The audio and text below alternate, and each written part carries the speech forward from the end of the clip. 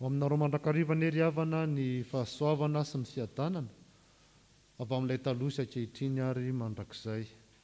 Dia fahaly miarabanareo eto amin'ny FJKM Mahisotro Fitiavana.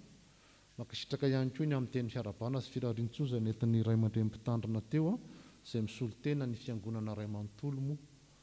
Dia fiadana amin'ny tompo aneo aminao pasteur anatin'izao jobily fisotrondronono izao. Anao sy ny vady aman-janaka sy ny ankonana Ray manontolo ary ho an'ny fiangonana Ray manontolo koa aminareo ny fiadana amin'ny tompo. Dia mankasitraka ihany koa ny mpanompon'Andriamanitra izay efa tondram-bavaka mpitoroteny sy tsika mpiainy teo ry havana dia inotsika fa efa henon'ny tompo izany vavaka izany. Ny tenin'Andriamanitra izay hotoriana amintsika dia ny filazantsara araka ny Luka 5. Filazantsara araka ny Luka 5 ny andinin'ny 7 ka hatramin'ny andinin'ny 12. Luka 5 ny andinin'ny 7 ka hatramin'ny 12. Dia hibanjinantsika ny loha hevitra vaovao araka izay voalazan'ny mpitarika teo, miorena amin'ny antson'ny tompo. Miorena amin'ny antson'ny tompo. Ny ankamaroan'ny kristianina maneran-tany ry havana dia mahay tsenjery hoe izavy ilay filazantsara efatra voalohany amin'ny testamenta vaovao.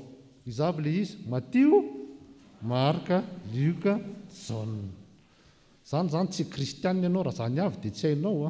Zany zao ny fitsapana tamin'ny andron'ny KGB. Nisy fotoana nenjehana fivavahana kristianina tany URSS, dia nisy fotoana koa tany Korea Avaratra.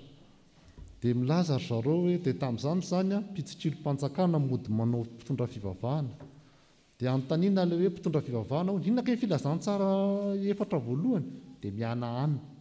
Dia fantatra hoe tsy mpitsitsilo tony fa olona tsy mpitondra fivavahana. Matio, Marka, Luka, Jaona. Fa ny fahadisoan-kevitry ny ankamaroan'ny olona dia mieritreritra ny olona hoe Matio, Marka, Luka, Jaona dia apôstôly daholo. Fa tsy apôstôly daholo zany ireo. I Luka izay nanoratra an'ity filazantsara ity ohatra dia tsy apôstôly. Tsy apôstôly izy zany hoe tsy ilay olona nanaraka an'i Jesosy mivantana tanatin'ny 12 Tsy vitan'ny hoe tsy apôstôly izy fa izy koa tsy jiosy, sirianina izy, jentilisy izy. Ary satria izy tsy jiosy dia hafa koa ny fomba fijeriny. Fahatelo manarak'izay Luka koa tsy mpanarato, fa Luka dia dokotera, izany hoe olona varam-pianarana tamin'ny androny.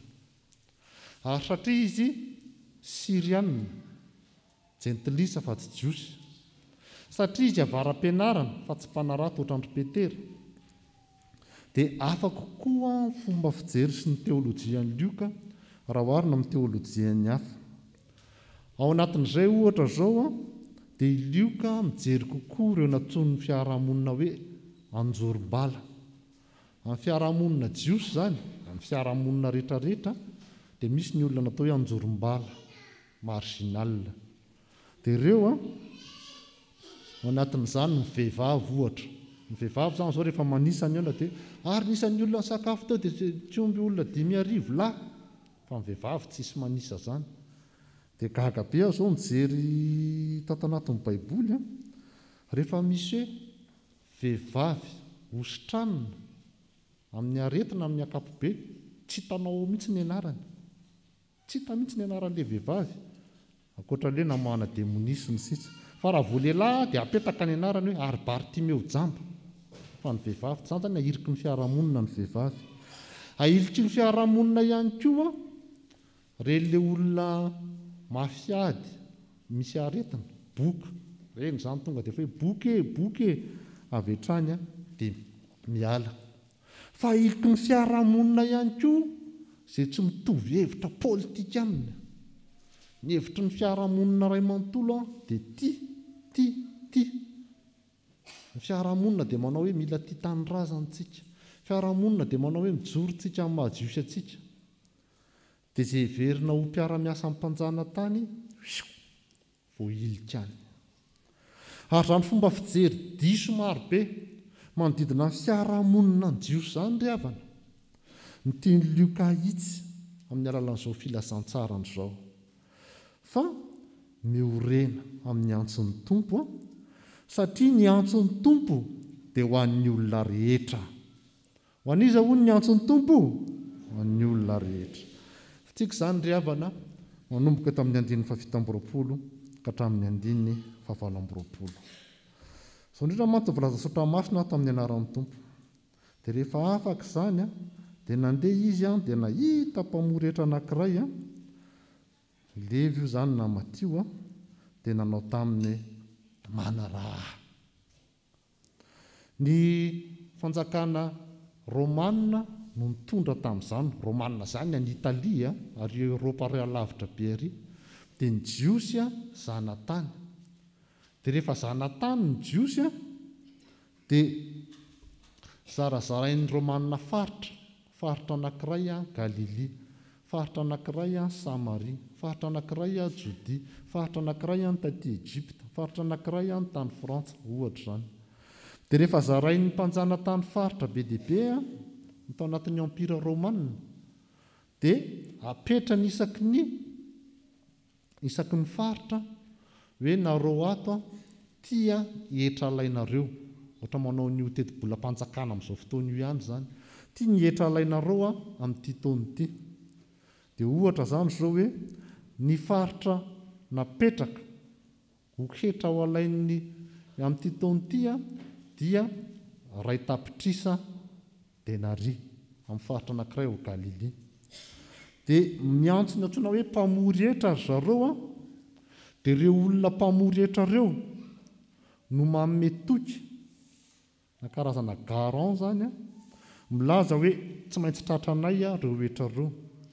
Dia ny fanjakana Romanina tsy te hafantatra fa mila mandray ray tapitrisa isan-taona izy. Dia ireo rendray no mizara ny hetra isan'olona hoe ianao izany izao no alohanao, ianao izany izao no alohanao, ianao izany izao no alohanao. Dia satria zareo mametraka an'ilay isa dia tokony ray tapitrisa nalainy dia tangenan'ny roa tapitrisa. Izany izany fanao mpamory hetra tamin'izany raha amin'izao fotoana izany tsy hoe ratsy akory fa inspecteur des impôts izany miasa amin'ny matio. Izany izany raha tena izy. Dia tsy ilay ray tapitrisa tokony nalaina nalain'iretsy fa roa tapitrisa. Ianao izay tsy mandohetra raha teo moa tonga dia azo nyfanjakana gadraina. Dia sady efa halan'ny olona izany ry matio satria mpiara-miasa amin'ny mpanjana tany. Ohatran'ny tsy tiavan'ny olona ny frantsay niara-miasa tamin'ny allemand tamin'ny ady lehibe faharoa, collaborateur amin'ny filaza azy, tahaka ny nankalan'ny malagasy mpamadika tany razana tamin'ny frantsay nanafika antsika. Dia halan'ny olona ry matio satria mpiara-miasa amin'ny mpanjana tany. Fa tsy vitany hoe mpiara-miasa amin'ny mpanjana tany izy fa mbola mambotry vahoaka, mangarona ny any am-paoson'ny olona ary maka izay tsy tokony ho alaina. Izay raha teo ry havana nahitantsika tamin'ilay hoe rehefa nanantona ny Jaona mpanao batisa ny mpamory hetra hoe inona ny tokony nataonay. Dia izy tsy miteny hoe miala amin'ny asanareo, ato manao inspecteur des impôts intsony, tsy nanao an'izany izy fa izao hoe aza maka mihoatra no izay tokony ho alainareo. Ary dia hitantsika arak'izany tenin'Andriamanitra izany ry havana fa ireo olona izay heverina ho nalohan'ny fiarahamonina, olona izay neverina ho anjorom-bala aza dia ao anatin'ny olona antsoin'ny tompo. Miantso ny olona rehetra amin'ny tompo, na izy dia mandray antso. Ary izay nge ry havana amin'ny mahavariana ao amin'ny Abrahama amin'ny Genesis 12 efa lehilahy lehibe 5 taona ianao, efa mipetrapetraka tsara tany Harana izany moa izany amin'ny faritra Iraka sy ny sisiny amin'izao fotoana. Dia olona efa mipetrapetraka amin'ny fiainana, efa tsy nanantena intsony izy mivady hiteraka, dia efa nanangan-jaza, efa nanangana ny lota zana-drahalahy nentin'ny zareo niaraka taminy. Efa mipetraka tsara ny fiainanao any amin'ny 5 taona. Ny tonga ny antson'Andriamanitra hoe mandehana ianao makanesa any amin'ny tany izay asehoko anao. Dia tonga tany amin'ny tany Kanana izy. Ry havako malala ao amin'ny tompo, ny antson'i Jesosy Kristy tompo dia ho an'ny olona rehetra. Ho an'ny olona rehetra io. Arak'izay voalaza teo moa androany alahady ho anareo sampana sampanasa asa fikambanana. Misy antso nataon'ny tompo miantefa isan'olona dia ekeo izay antso natsoin'ny tompo anao. Tsisy an'izany hoe zatsy natsoin'ny tompo, fa misy antson'ny tompo ho anao. Fa na ianao mafy fo na mafy loha, na le izy diso fandray ianao, fa tsy ny tompo ny diso fiantso. Raha natsoina ho Dorcas ianao dia ataovy ny maha Dorcas ianao. Natsoina ho fifoazana ianao ataovy tsara ny maha fifoazana anao. Raha natsoina ho STK zandrina ianao petra tsara amin'ny maha STK zandrina ianao. Raha natsoina ho déconne ianao ataovy tsara ny maha déconne anao. Fa zay. Ary io raha vao ampifamadianao dia niteraka loza. Teo zao mandeha le hira sy any ireny. Raha le feo voalohany ireny zao na fisaona manao feo faharoa dia efa mamalana. Na mibasina sy manao feo fahatelo dia efa manahirana io. Fa napetraka Andriamanitra amin'ny toerany avy ny tsirairay. Ary raha ho an'ny ilay demoniaka manokana, any filantsara araka amin'ny Marika 4:6. Rehefa nisitranin'i Jesosy izy dia nafana fo, satria ilay namoahana devoly 9,000 izay ny legiona mantsy, 9,000 légion romaine 9,000 nisany. 9,000 ny devoly navoaka taminy dia nanolo teny izy. Raha amin'izao fotoana sao izany tonga dia midira mpiandry. Ianao ary efa sitrana. Fanjay nanaraka amin'ny tompo dia ny tompo andany ianao mody, fa tsy manaraka anahy. Za tompoka anao apôstôly, andany ianao mody. Lasa ianao mitory teny any an-tanànanao. Maka ny Décapolisy dia mitory teny hoe za sitranin'i Jesosy taloha, za nanao ny tompo ohatran'izao. Ary dia misy antso. Ary tsy aty am-piangonana ihany io fa any amin'ny asanao. Misy natsoin'ny tompo mpitsara, misy natsoin'ny tompo dokotera, misy natsoin'ny tompo mpamafa lalana, misy natsoin'ny tompo mpianatra ny université, misy natsoin'ny tompo. Ary amin'izay sehatra misy anao no amalio ny antson'ny tompo. Rehefa malalo amin'ny tompo, pastera mivady, efa natsoina amin'ny fisotrondronoana ianao. Izay indray izany zao ny antson'ny tompo anao teo. Teo ianao natsoina ho mpitandrina dia afaka 5 volana ianao zao dia ho atsoina ho mpitandrina amin'ny fisotrondronoana. Dia tahaka Mosesy, tenen'ny tompo hoe Mosesy hijanona amin'izay izy ity asio miakatra Josoa, dia miakatra indray Josoa. Tahaka ny Elia ho tapitra izy ity asio miakatra Elisa, dia miakatra indray Elisa. Fandimbiasana ny toerana ary dia antson'ny tompo antsamasina izany. Eto ry havana dia sarika kely ny saintsika ahako.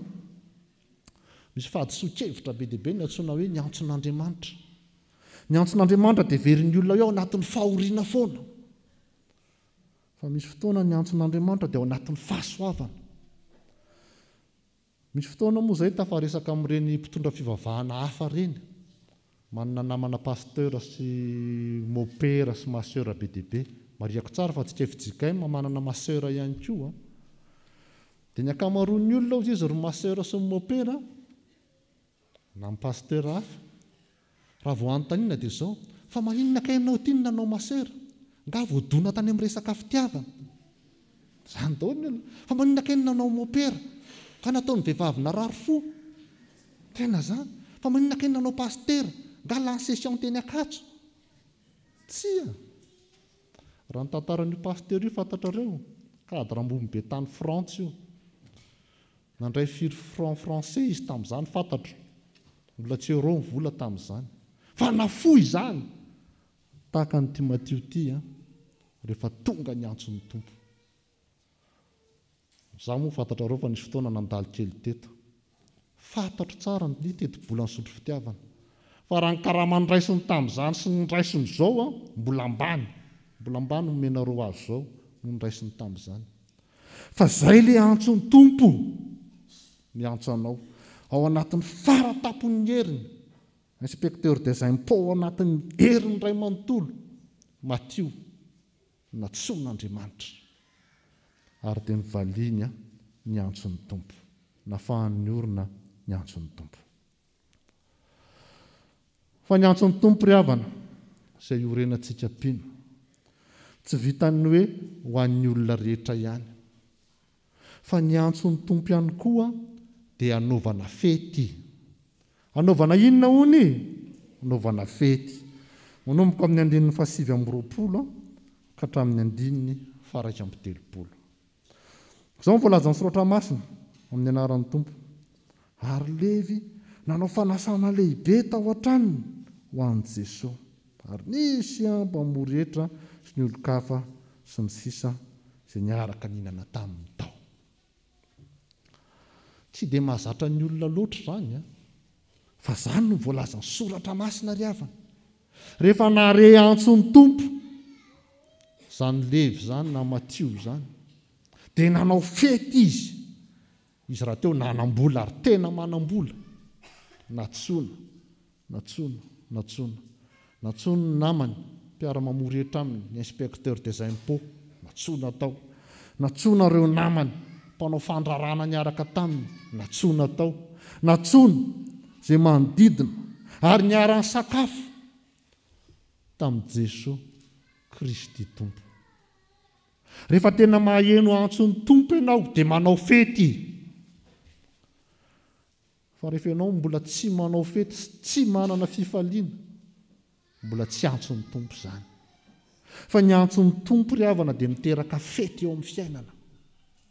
Ny antson'ny tompo dia miteraka fifaliana. Ny antson'ny tompo dia miteraka faratampony, izany fahasambarana hoe izaho tena tsoina Jesosy Kristy tompo. Ary raha mijery ny soratra masina rahateo tsika, dia izany ange ny tenin'Andriamanitra e. Rehefa lasa ilay zanak'Adala ny amin'ny Luka 5:20, nandany ny vola ny tany izy, lany tamin'ny mpivarotena ny vola, tena izany a, nandany ny volanao tamin'ny vehivavy janga, lany tamin'ny filany ratsy tany, lany tamin'ny toaka, lany tamin'ny sigara, lany tamin'ny inona ny vola. Raha amin'izao fotoana izany dia nampiasaina tany ny tômôbilina dia nidofotra, lany tamin'ny connexion internet sy ninona tsisy dikany tany dia lany. Manao fiainana ndeha tany an-dafy tany dia gorona, dia avy eo vao mody. Fa rehefa tonga tao an-trano ny zanak'Adala dia raikitra ny fety. Dia vonona ny ombinina hono, omby faha, nasiana peratra, nasiana kanjo, nasiana kapa vaovao. Zany rehefa mahatsiahy asan'ny tompo. Zany rehefa mahatsiahy fetin'ny tompo. Fa ao amin'ny tompo dia fifaliana, fety no hitsainana ny antson'i Kristy. Tadidiko tsara mihitsy vao nanao fifoazana kelikely tamin'izany. Raikitra amin'ny fanokanana mpiandry. Dia izao nataon'ny sasany. Hoay eo! Retso ny vera ngatokanana mpiandry dia mividy kiraro vaovao.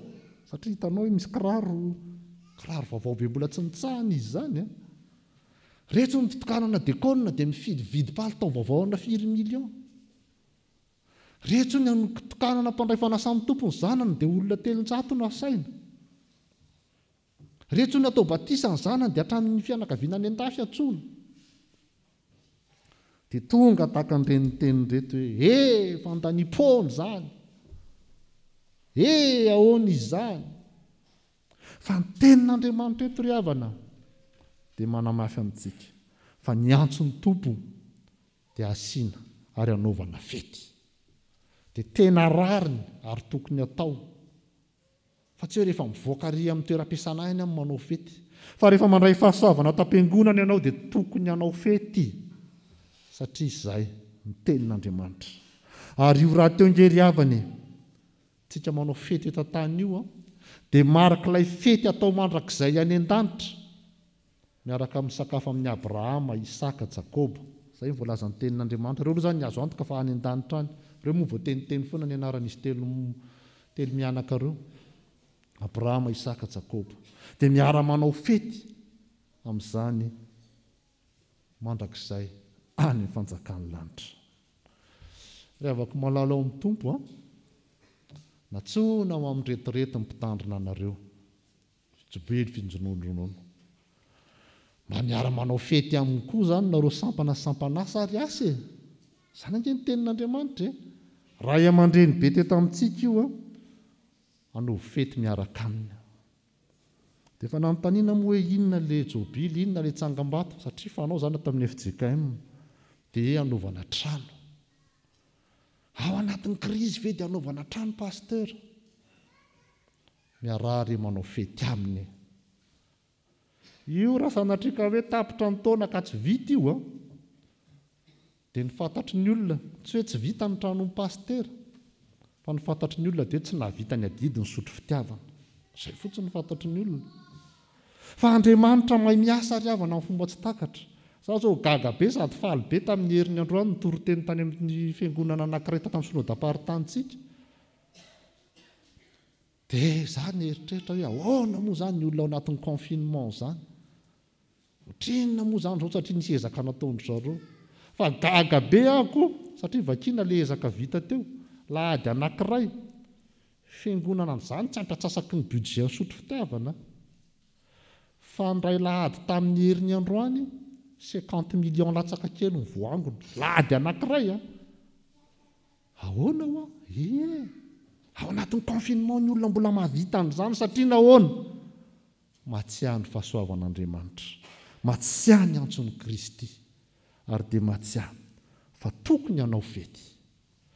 Ravaka malalao amin'ny tompo hatreto aloha 2024 tsy fantatra hatramin'ny 4 taona lasa.